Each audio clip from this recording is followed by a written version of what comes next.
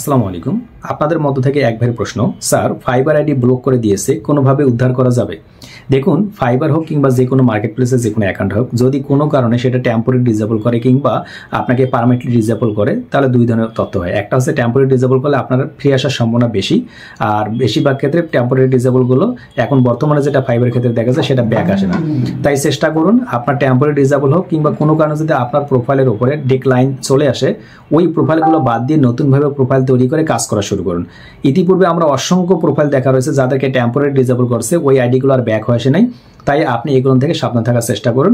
আপনি এগুলো না ব্যবহার করে অন্য আইডি ব্যবহার করুন, এটাই আপনার জন্য বেটার হবে। ওকে, সকলে ভালো থাকবেন, সুস্থ থাকবেন, আল্লাহ হাফেজ। আরেকটি বিষয় এখানে ইনক্লুড করে রাখবো, সেটি হচ্ছে আপনাদের অনেক সময় দেখা যায় যে আপনার আইডিগুলো অথবা গিগগুলো ডেকলাইন হয়ে যায় অথবা পজ মোডে চলে যায়। ফাইবার এটা করে দেয় যে পরবর্তীতে ঠিক করে দেবে, 90 ডেজ অপেক্ষা করতে বলে।